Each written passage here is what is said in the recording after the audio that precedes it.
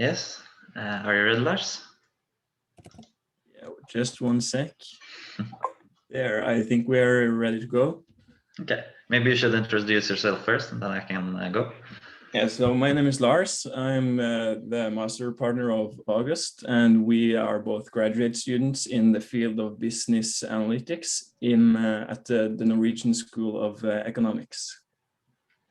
Yes, so thank you. Yeah, my name is August, and we wrote our thesis on flexible hydrogen production last fall, and today we're going to present it. And the main idea is to check whether we can reduce the cost of hydrogen production through utilizing flexible hydrogen production, where we produce more during cheap hours and less during expensive hours of electricity. And to go through the thesis, we have to go through some main concepts. So let's see. Yeah, first we're just going to talk briefly about different production methods of hydrogen. And then we'll talk a bit about electricity prices and how we expect them to move towards the future. And then we're going to talk a bit about equipment costs of electrolyzers and how we expect them to develop. And then we'll talk a bit about hydrogen storage because it's an important part in flexible hydrogen production. Then we'll talk briefly about the problem statement, objective function, and constraints, which we use to model the production in our thesis. And then we come to the most interesting part, which is the results and the discussion of the results we found in our thesis. And then lastly, if we have time, we'll talk a bit about some hypothetical outcomes, what if the structure of electricity prices changes in a direction where we hadn't planned, and some stuff like that. So first, we'll just talk a bit about why we chose to write about hydrogen. And one of the reasons for this is because it has a very good potential for storing energy over time. And because it is created from electricity and can be transported back into energy, it is suitable for flexible production. And one of the reasons for this is because of its high gravimetric density, which means that it holds a lot of energy per unit of mass, and which makes it so it contains a lot of energy. On the other hand, it has a low volumetric density, which means that it holds low energy per unit of volume. And that's something you'd have to take into account when working with hydrogen, because in order to store it, you need a lot of space. And another small problem with hydrogen today is that the process from creating it and transforming it back into electricity later requires a lot of energy. And that's also a very important aspect when working with hydrogen.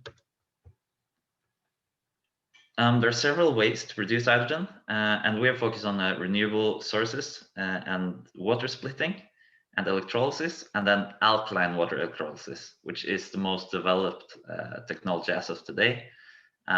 Although it's likely that the PEM and solid oxide will be more used towards the future, we do find that our research is applicable to other technologies as well.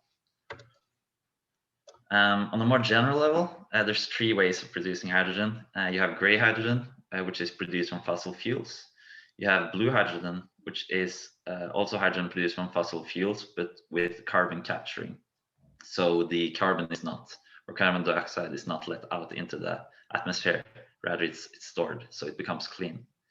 And blue hydrogen will in this presentation be used more as a benchmark for comparing with green hydrogen, which is the last method. And green hydrogen is the production of hydrogen through usage of renewable energy to split water into oxygen and hydrogen. And then the hydrogen is compressed and purified before it is either stored or applied immediately. And this last part is a very important part of our thesis, where we check whether you can reduce the cost by producing more now and then store it and then apply it later, or whether it's best to just produce continuously and never store it. So yeah. And in order to perform this flexible hydrogen production, you need to store the hydrogen in some way. And in the thesis, we focused on two main ways of doing this. The first one is tank storage, and the other one is underground storage. And they both have their drawbacks and benefits. First, tank storage, you can store smaller amounts of hydrogen, but it costs more because the equipment is quite expensive, and and it requires to maintain some pressure. So it's quite expensive per unit of storage to do this. On the other hand, you have underground storage, which is being explored now, and there you have to have a pretty large production plant in order to utilize the storage potential. But if you manage to do that, you get a very low cost of storage, which can be very beneficial when performing flexible hydrogen production. So some of you are probably familiar with the structure of electricity prices, but here's a plot for the Norwegian region in 2019.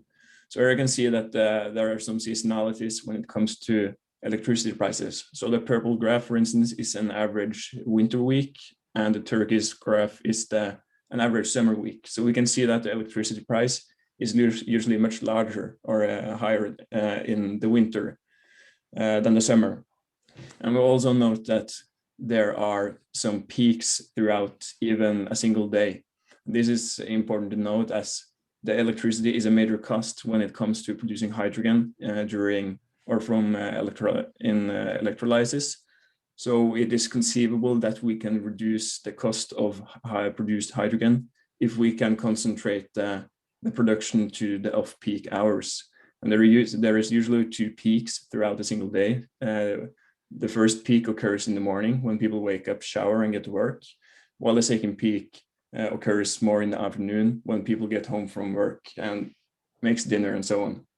And we note that the electricity price usually decreases towards the night, and there is a substantial difference in the electricity price during the nighttime and the daytime. So if we can so it's possible that we can reduce the cost of hydrogen if we can concentrate the production to, for instance, maybe only nighttime. And moving towards the future, it is also expected that electricity prices are going to increase. But another interesting aspect is that there are also expected that the electricity price fluctuations are going to increase and become more severe.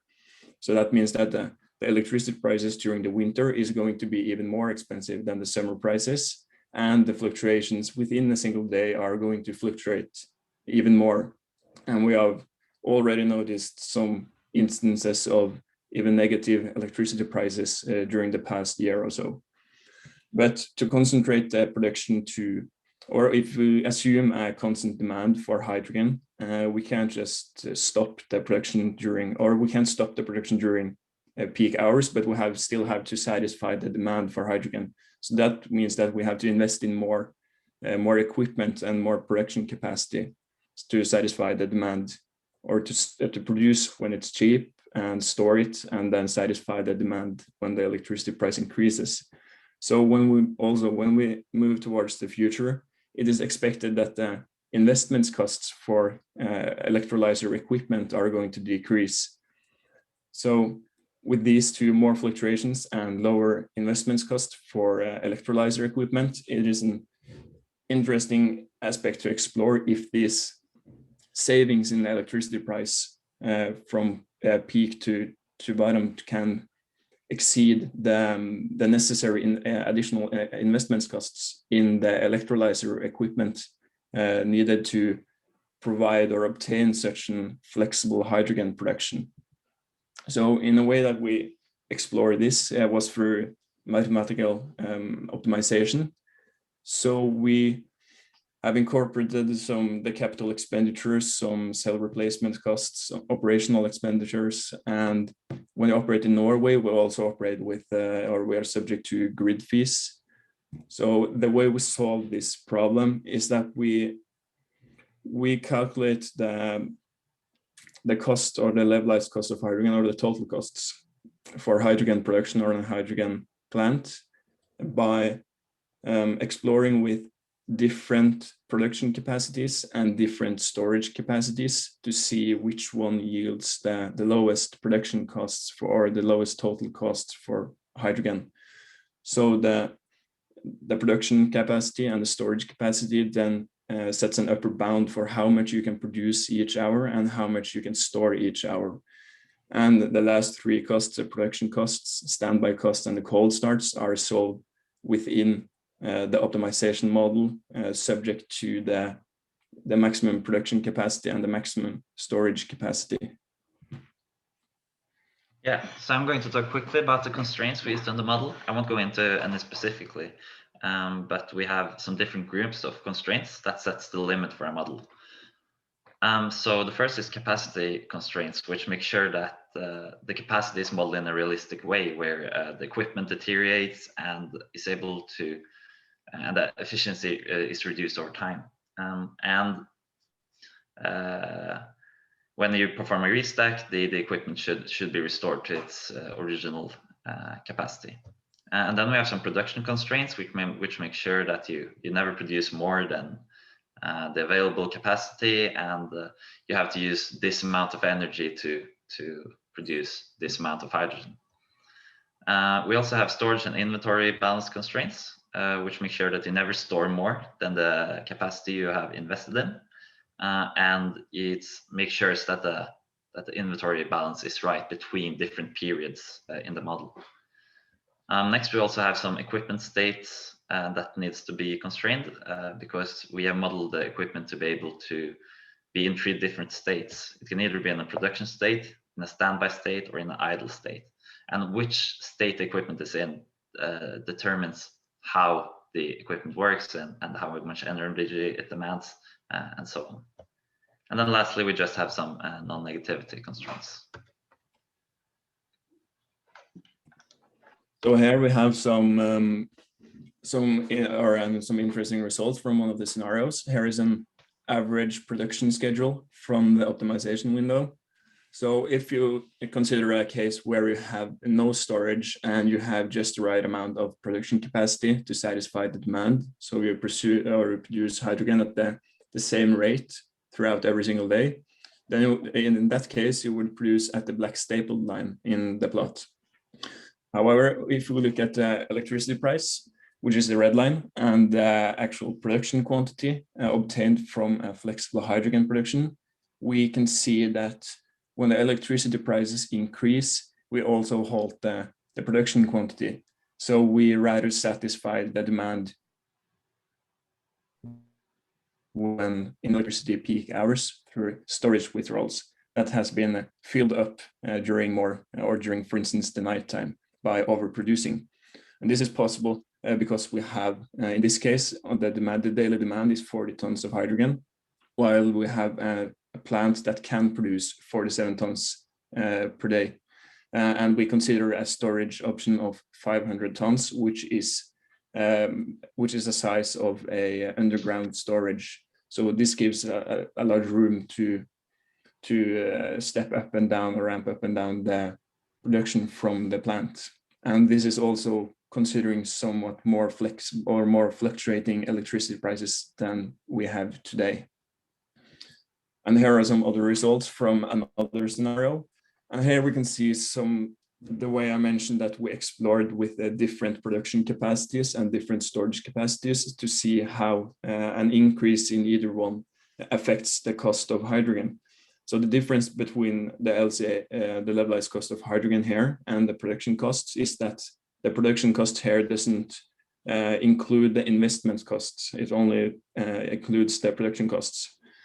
So we see here that by increasing the production capacity, or if we look at the right panel, if we increase the production capacity and the storage capacity, we can always produce hydrogen at a lower production cost because we can concentrate the production to more, or a larger part of the total production can be concentrated to low cost electricity hours.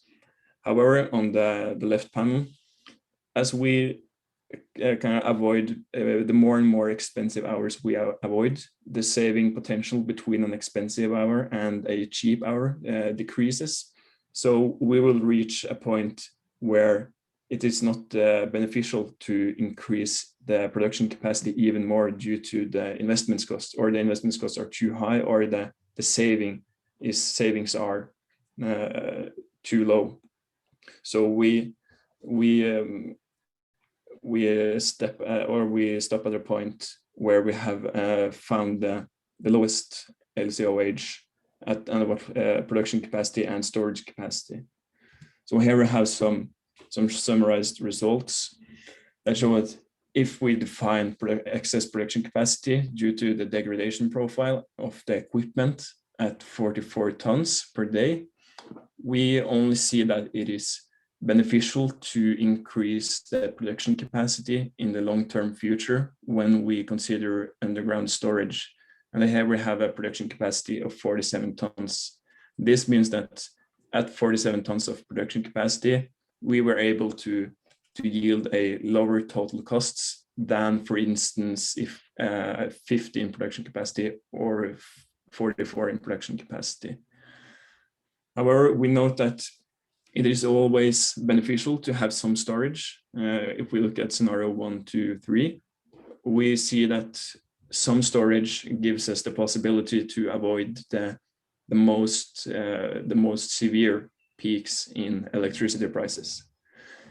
However, this is considered when we have grid-connected electrolyzers. However, towards the future, people are talking more and more about how we can connect electrolyzers to, for instance, or to the off-grid renewable, for instance, a wind farm. So we considered a case where we neglected or came up with an alternative cost structure for grid fees. And this case, for simplicity, we just neglected the grid fees, just to illustrate even subsidized water electrolyzers, or that you are directly connected to a renewable energy source such that you are operating off-grid. And here we see some interesting result or interesting changes in the results. So we see that in scenario 3, it is beneficial to increase the production capacity from 44 tons to 53 tons a day, and increasing the storage capacity from 3 tons to 6 tons to obtain a more flexible hydrogen production that can reduce the overall costs of the hydrogen.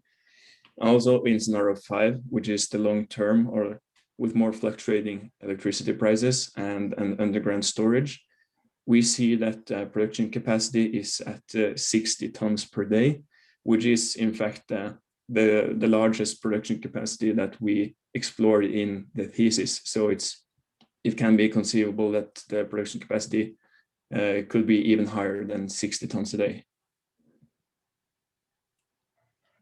Yes, so on the note that Lars was talking about, this figure also shows the difference in LCOH between production with and without grid fees. And the first thing we see is when we remove grid fees, the top part of each stack is removed, and that is the direct effect of removing the grid fees, which also reduces the LCOH because grid fees are expensive. But the indirect effect, which is quite interesting, is that not only does this red part disappear, but in addition, you're allowed to utilize flexible production because it's cheaper to invest in more equipment. And when you do that, you also decrease this blue part, which is the production cost. And so the difference here and here is that you also get a lower production cost when you remove the grid fees. And the grid fees are not directly included in the production cost. So it's just purely from the increased capacity and flexible production. And that's interesting and a big part of our key takeaways. And the first key takeaway from our thesis is that it is challenging to make production scheduling profitable today. And we saw that in the scenarios, there was no short-term option where we actually wanted to utilize flexible production. And there are several reasons for this. The first part is that electrolyzer equipment costs are too high today. In addition, the storage costs are also too high today, and these are big parts in what allows us to utilize flexible production. In addition, the volatility of electricity prices today are not volatile enough, so the difference between high and low electricity cost hours aren't big enough to save enough money to invest in more equipment. In addition, we see that when grid fees are present, the only option that utilized flexible production was scenario 5, where we had underground storage. And this shows that if we were ever to make grid-connected electrolysis, flexible hydrogen production possible, we would require the possibility for underground storage facilities that utilize very low cost of storage per unit. And this is something that haven't really been explored enough in Norway, and something that should be explored more if we want to actually utilize this flexible hydrogen production. Furthermore, we see that grid fees limit the potential of hydrogen production or flexible hydrogen production both in the short and long term. And the reason for this is the way that grid fees are constructed, where the effect of the grid fees is based on the hour of the highest production within the month, or the highest usage of electricity within a month. And when you then have a very large plant that utilizes a lot of energy when it first is turned on, it's very heavily punished by the grid fees. So this is what makes it very hard to combine grid fees and flexible hydrogen production. And then we see the effect that if you are able to, in some way, get a cost structure where you don't have to pay grid fees, there is potential for lower production costs through flexible production. And this could either be done by connecting directly to a renewable energy source, or it could be subsidized by the government. And by doing this, you would reduce the overall cost of producing hydrogen. And in addition, by having larger production plants, you could also provide a balance to the grid, which you could also be compensated for, which could be a third channel to reduce the cost of hydrogen production. And next is a big question, which is whether green hydrogen is competitive with blue hydrogen. And it's a very interesting question, but it's also very hard to answer. And the reason for this is because the cost of producing green hydrogen is dependent on so many different factors. Firstly, it's dependent on the technology and the cost of the technology for hydrogen production, the electrolyzers. It's dependent on the storage costs, whether or not the underground storage facilities or large storage facilities can be as cheap as we hope, and whether or not they're even available in Norway. It depends on the level of electricity costs. Now, we've seen a lot of different companies which use very low electricity costs in the future, and we use pretty high costs in our thesis, and it depends very much on this. And lastly, it also depends very much on the volatility in the electricity prices, on whether or not the prices will become as volatile as we think because of all the dispatchable sources, or will it be counteracted by, for example, electric cars charging at night? Will this flatten the volatility? And all of these factors actually will have a big impact on the cost of producing hydrogen through electrolysis. So yeah, that's our main findings. Thank you.